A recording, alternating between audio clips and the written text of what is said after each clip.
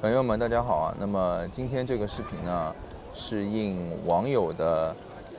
点播啊。那么网友就是想了解一下，看一看在西班牙有没有海边度假比较便宜啊，华人也挺多，然后有这个治安也好的地方。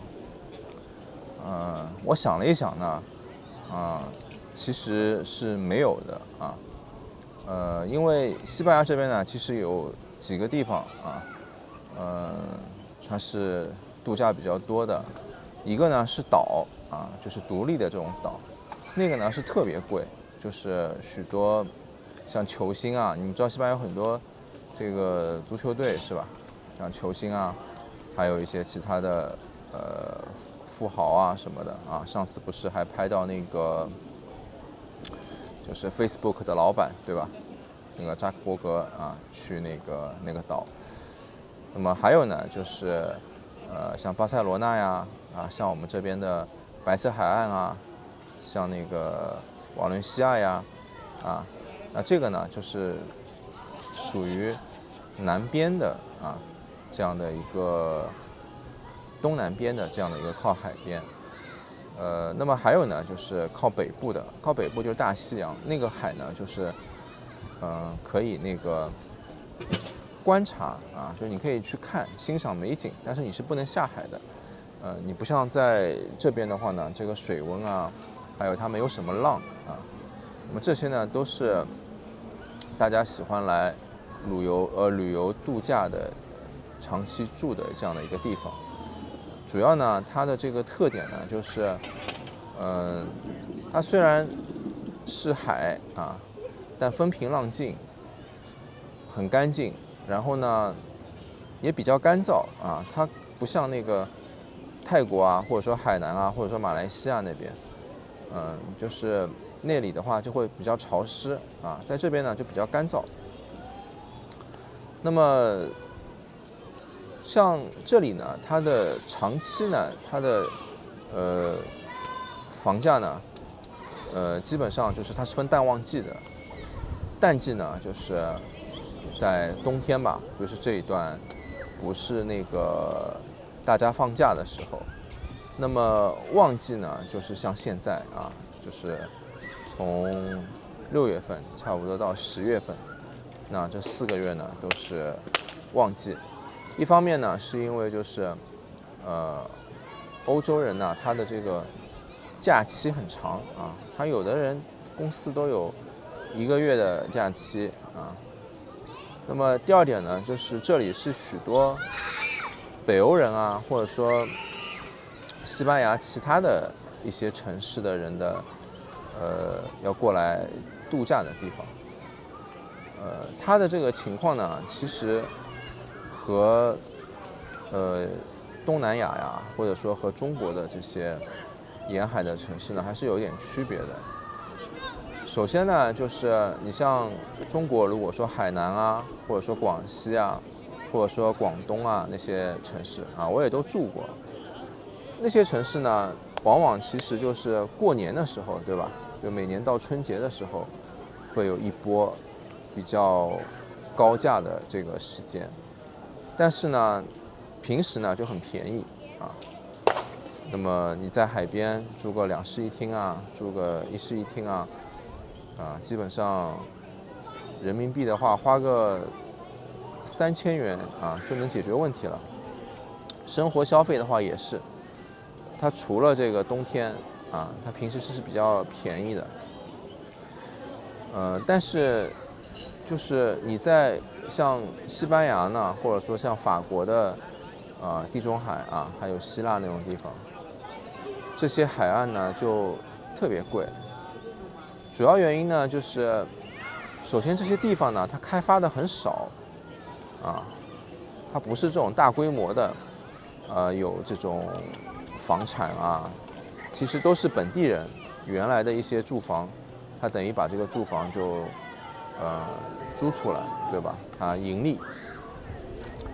那么第二点呢，就是其实来的人呢都是一些德国啊、英国啊，或者说北欧啊，对吧？挪威啊、瑞典啊这些国家的一些老人们。那这些国家呢，其实他们的经济情况、收入各方面呢，是挺高的啊。那么那些老人呢，他们也愿意花钱，在他们的想法里面呢，就是觉得来西班牙就是消费，就等于我们到比如说马来西亚或者说到泰国去消费啊，就还是觉得不是那么贵的，对吧？所以呢，就是这个群体呢，它推高了这个房地产或者旅游市场的价格。今天呢，我还看到一个 BBC 中文台发的一个新闻啊，就是一个视频，就是在西班牙的这个旅游城市啊，也是全球排名排得上的，对吧？就是巴塞罗那。巴塞罗那呢，那边的市民啊，他们就组织了一个水枪队啊，就拿水枪对着这种路边的游客呢，他就用水打你啊，然后让他们一边那个喊口号，就是 Go home, Go home 啊。那么主要呢就是，西班牙它也不是每个人都从旅游的这个市场上得到了好处，对吧？你说酒店业啊，或者说餐饮业啊，可能在这个旅游市场当中，他赚到钱了。可普通的老百姓，其实一个月工资花销，这2年的这个物价增长这么贵，所以他们就非常讨厌旅客啊，他们就觉得旅客来了，导致他们的物价升高了，导致他们的这个房租升高了啊。所以其实如果说在就是前2年的话，那么可能每个月你花个600欧元呐、700欧元啊，你是能够租到一个长期的，相对来说比较还过得去的这种一室一厅啊，就是去作为一个海边就不远的这种度假房。那现在呢就很难了，基本上都得1000欧元左右啊，你才能住到一个这样的房子，并且呢这种都是老房子，很多呢还是就是有这个煤气罐的啊，就它不是那个用电的，它是用液化气用煤气的，你必须得自己去购买这个煤气啊，这个是很沉重的。那么这样呢，就是说，我觉得啊，大家如果想在这个西班牙旅居啊或什么的话，可以考虑啊，就是说，还不如去葡萄牙旅居啊，那边其实，综合算下来，生活成本还是会低一点，比西班牙要低不少啊。就是说，纯粹如果是旅居的话，而且就是对于那个总的来讲，就是它那边的这个泡沫没有那么高，我觉得啊，就是说这种溢价上面啊。那么这个问题就回答完了。昨天呢，其实我也跟一个网友就电话聊了1个小时啊，因为这个网友他也有想移民西班牙的想法，所以呢他咨询我啊。那么他年龄呢也是跟我差不多的，正好是我说的之前那个团体。我觉得我们也聊出了一些东西啊，聊出了一些就当下的人一些心理的状态，是吧？所以呢，我也想就稍微讲几句啊。那么别人的隐私肯定还是要保护的，所以就具体人家什么情况啊，我就不会详细的说了啊，我就大概讲讲他的顾虑。那么这个先生呢，他是就是公司可能他能在这边找到一个工作的。那么也是在马德里或者是巴塞罗那这样的大城市，但是呢，如果移民的话，肯定是一家人都来，对吧？那么他就问我啊，他说，他家人有没有可能找到工作，并且孩子呢，就是已经有一定年龄了嘛，是吧？那在这边读书是否能够就是适应啊？未来有没有一个很好的前途？其实我觉得这个问题也是大家比较关心的啊。如果呢就是没有特别的这种一技之长，或者说没有特别好的英语啊，那我觉得其实要在大城市你去找到一份工作，这个是比较难的。说句实在的啊，即使有这样的一定的能力啊，但是呢，我也说了，就是你还是在一个完全就是西班牙语的这个环境当中，其实你是很容易会被边缘化的，对吧？这个道理我也跟他说，我说很简单，我说比如说我现在踢球啊，我踢的比如说我跟 C 罗踢的差不多，对吧？那你说如果我参加西班牙队，那我们一起去参加比赛，就最佳射手能够达到我吗？会不会有这种足球更衣室的这种内部的问题呢？我觉得还是有的，因为我们毕竟是不同的种族、不同的文化啊，这个不是说你自己心里面觉得我想去努力一下就能够完全适应的，对吧？这是主要看别人的啊，因为别人每个人心里的想法也是不一样，所以呢，就是如果你特别有实力啊，你在这个公司里面，我觉得就是让你做个 leader， 就本地人他也不愿意听你的，对吧？讲实在的，就你的这个凝聚能力肯定没有你在中国管理一个团队那么好，对吧？所以我觉得是这样。那如果你没有这个实力，或者说你就说一下，就是像这个中庸之道，对吧？这个儒家的这种思想，中庸之道，就是我也不得罪人，我比较内敛啊，我就老老实实的工作。那公司花钱把你请过来的意义在哪里呢？是吧？就长期来讲，你就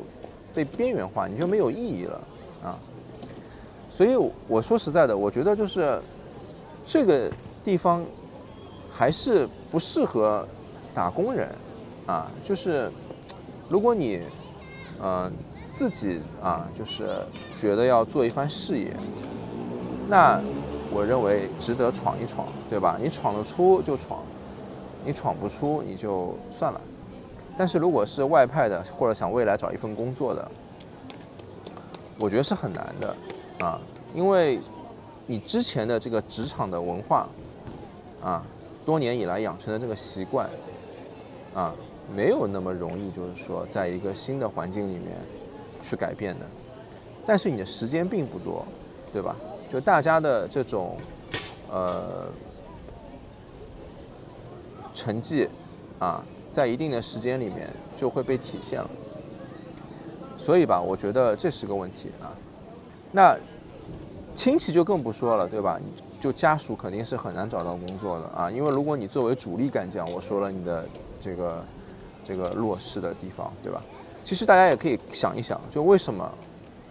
有这么多的华人群体他们要来做中介呀让更多的华人来移民或者说这样的一种情况。如果他真的能在这边就是说立足生活的非常好，我相信就是他也不太愿意去做这样的生意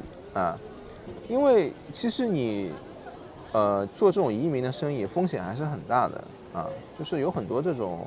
很繁琐的事情这种就叫我看来我就不愿意做这种事情，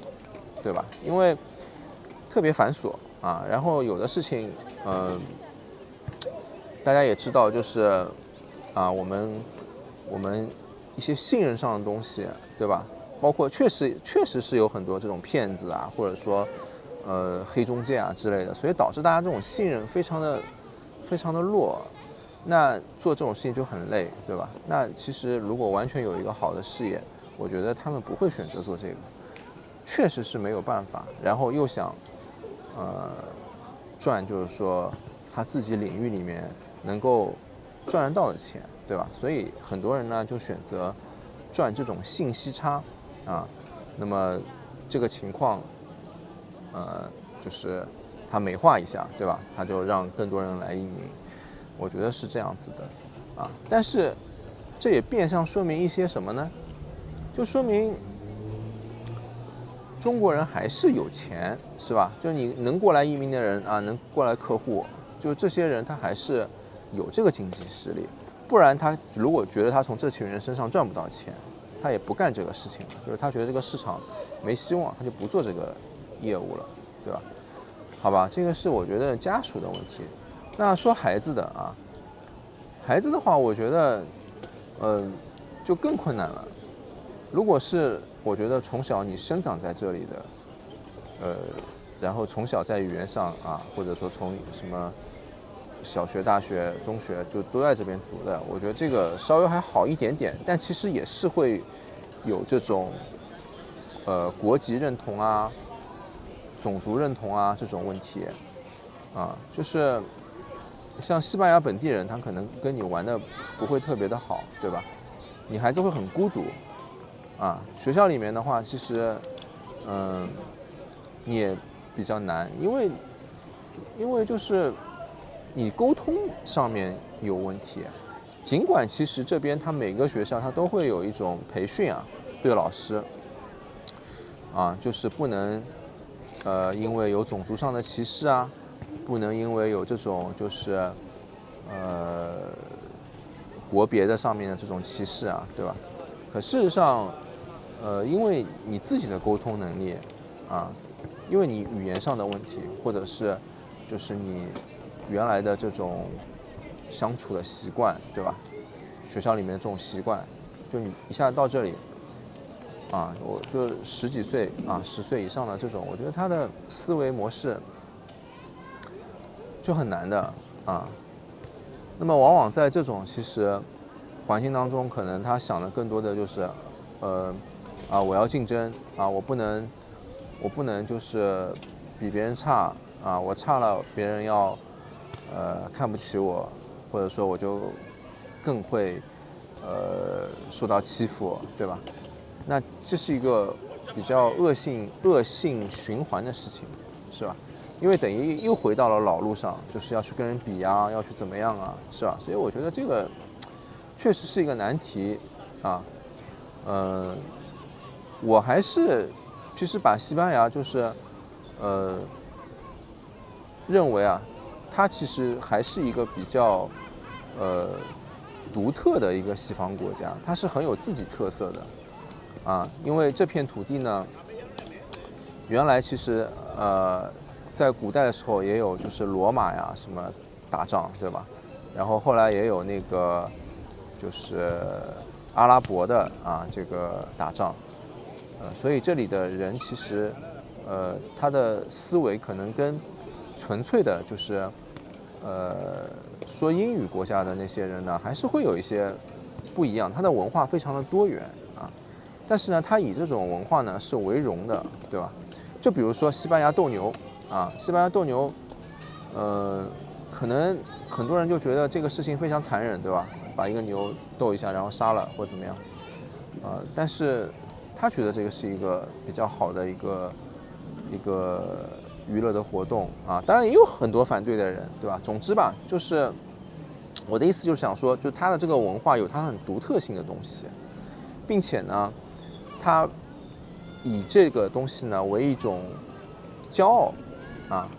那这个呢，我觉得是我们的思维里面会比较少的碰到的啊，因为其实我觉得我们哪怕是亚洲人或者说是中国人，我们接触比较多的就是我们意识当中的这种欧美文化，还是比较是英美的文化，对吧？就是这种特别其他的大类的文化，我们其实接触的很少啊。就像大家看希腊神话故事啊，大家有多少人看过呢？是吧？啊，你说看什么安徒生的童话，可能很多人看过。你像什么希腊神话故事啊，或者说那些什么宗教类的故事啊，天主教的这种东西啊，我觉得还是知道的人就很少的啊，因为我觉得这个是个我们对他们的不了解，对吧？所以呢，我还是要讲建议啊，就是大家如果真的要移民啊，还是要多看一看。有时候呢，确实很多人有一些顾虑，对吧？哎呀，觉得好像关于中国的负面的事情很多，就看到一些什么报道啦，什么今天这个那个事情。其实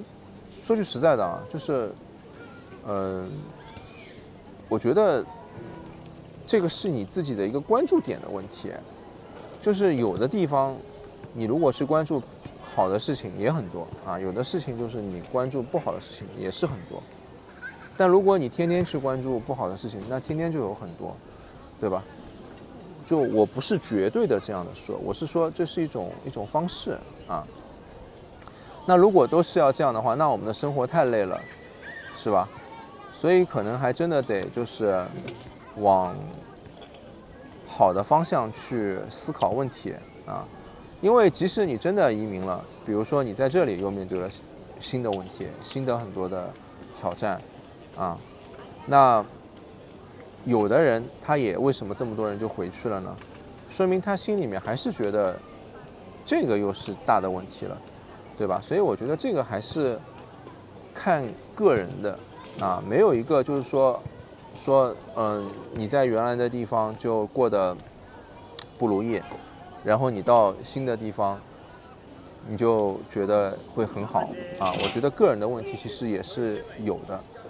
我时常现在就这么想啊，我过去的时候，说实在的，我在中国的时候，我觉得我自己挺厉害啊，就是摄影的道路走得非常的怎么说呢，就顺利啊。然后我到了这边来以后呢，我也会发现啊，就是像其他的国家的拍得好的摄影师，很多在专业上、技术上，对吧？就这些问题是我自己的问题啊。就有的人他就是能够非常全心的120%的投入，他就去拍摄，他不考虑钱，他也不考虑任何的东西。那你跟他去竞争吗？是吧？所以我觉得这个东西就是看你什么心态了啊。那如果你心态放好，你说我就是为了在另外一个国家我去体验一下，我就是要学习或者体验不同的文化，对吧？过不一样的生活，即使这个生活在物质上或者在很多方面没有过去过得好，你仍然愿意啊，你觉得这就是命运，或者说你就认可了这种自己的选择，那我觉得你就顺利，对吧？但如果说你现在就是过得没有之前过得好了，你就想找一些理由啊，你觉得是因为现在什么样的情况不好了，这个情况那个情况很不好，我出来会不会就一定会很好啊？我觉得这样就不行。那出来万一你不好呢？那你的这个人岂不是就更受双重打击了，是吧？所以我觉得最主要的还是得看自己的想法。真的，如果你踏上了这个选择，踏上了这个道路，那基本上其实就不会再走回头路了，对吧？因为我跟那哥们儿我也说的我说你比如说你要来总要买个房子吧，你买房子，你的钱比如说转出来，你就搞个首付吧或怎么的，你这个汇率损失就是一大笔。我来的时候是1欧元可以兑换那个6.5人民币还是6.7人民币，现在已经到8了，对吧？那你这个汇率就是要有损失然后你买房13%的税收然后你如果未来你说你实在混不下去了，你要回去了，你这个再卖掉在差价部分你还要再交20%的税这样就再回去再换一个汇率的损失是吧？你这一搞的话，你就没法生活下去了，对吧？好吧，那今天就先聊到这儿啊。后面几天可能我也要去其他的城市看一看啊，我也想去拍一点，给大家拍一点，看看这里有些房子啊，什么资源给大家看一看，因为总是我嘴说，对吧？我拍一些啊现场的给大家看一看，好吗？谢谢，再见。